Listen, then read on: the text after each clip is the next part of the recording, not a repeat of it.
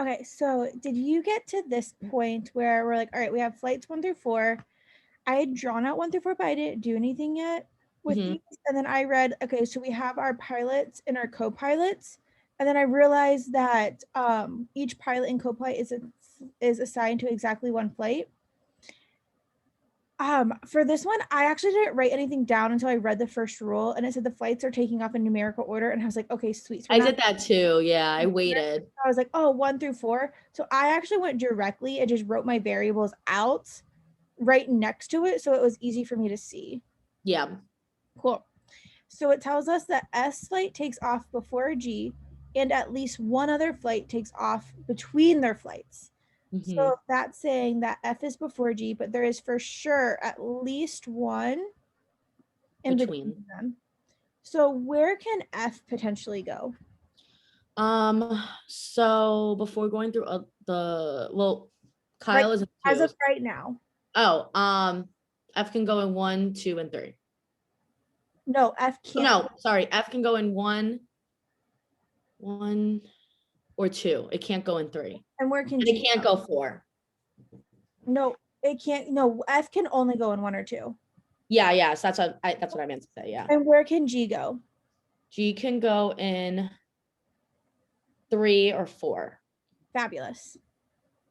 And then I just put a little dot under them so I know that like there's a rule about them. This game is kind of silly because of what happened, but okay. So Kyle is assigned to flight 2, so that's awesome. Oh, this is actually okay because we're gonna put Kyle right here, right?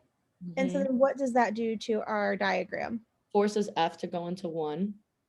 Awesome. So now we have F here because this can't happen. Yep. And G's then is going to be either between 3 or 4. Yes. And then L is assigned to the same flight as you. And Mhm. so I got really lucky on this one. I just came over here and I just drew a box around it because they happen to be over top of each other. Yeah. That's And, what I did too. and then my first reaction here was like, yes, I'm doing worlds. So Yeah. did you do Yep. worlds? Mhm. Okay, so what did you do? So my first world is going to have F1, K2, G3, L4 for pilots. Yep, With L and 4, that means U is going to be in 4. yep. And then for world 2, I just flipped L into 3 and G into 4. So I knew then that U is going to have to be in 3. And that's so nice because now we just have R, S, and T. Mm-hmm. That perfect. And And then there's no constraints with them. no, they can go wherever. So 19, which of the following pilots and co-pilots could be assigned to flight 1? So I look at this and I'm like, I'm for sure. I went through and looked for an answer that had F for Yeah. sure. So I crossed C, D, and E off instantly. And then could it be with R or U in one? R. Yep. All right. So go ahead and try number 20 now. I like smiled when I saw that too. And I was like, So R's flight is um, U. So we're saying it's going to go U and then R. K's flight is earlier than R. So K. Oh, yeah, that's true. But it cannot be true. Yep. K. Kyle's flight is earlier than Taylor's. They could be the same. S is earlier than R. Wait, I'm confused. Did I miss something? So let's go. Okay, so if R's flight is later than you, we know that it's going to look like this, right? Yeah. So I put it into world 2 because it can't happen in world 1. Correct?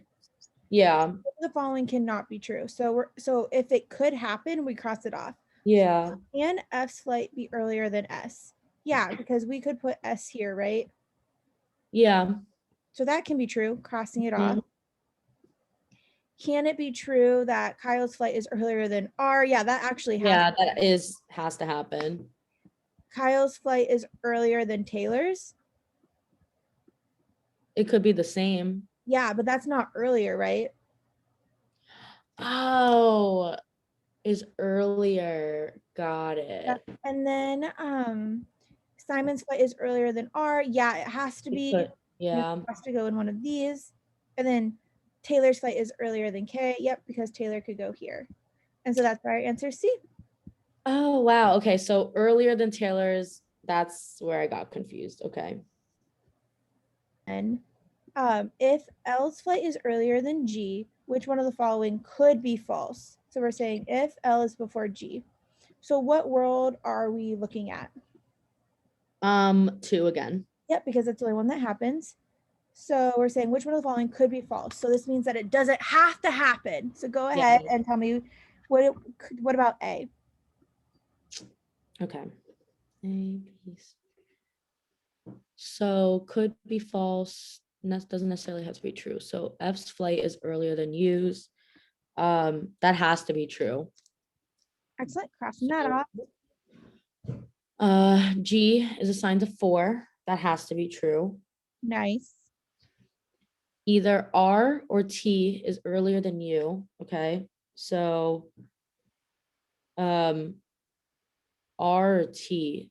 So either or. I mean, yeah. You could have both of them earlier, or you can have one of them earlier. Does one of them have to be earlier though?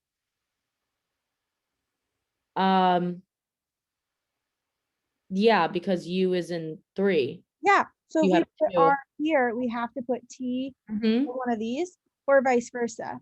Yeah. So that has to be true. So C is Yeah. the answer. S is earlier than U. Doesn't have to be true. Okay. So U is assigned to 3. That has to be true. Okay, so D. Awesome. And then I recommend, after the typical first question, I recommend doing the if questions first.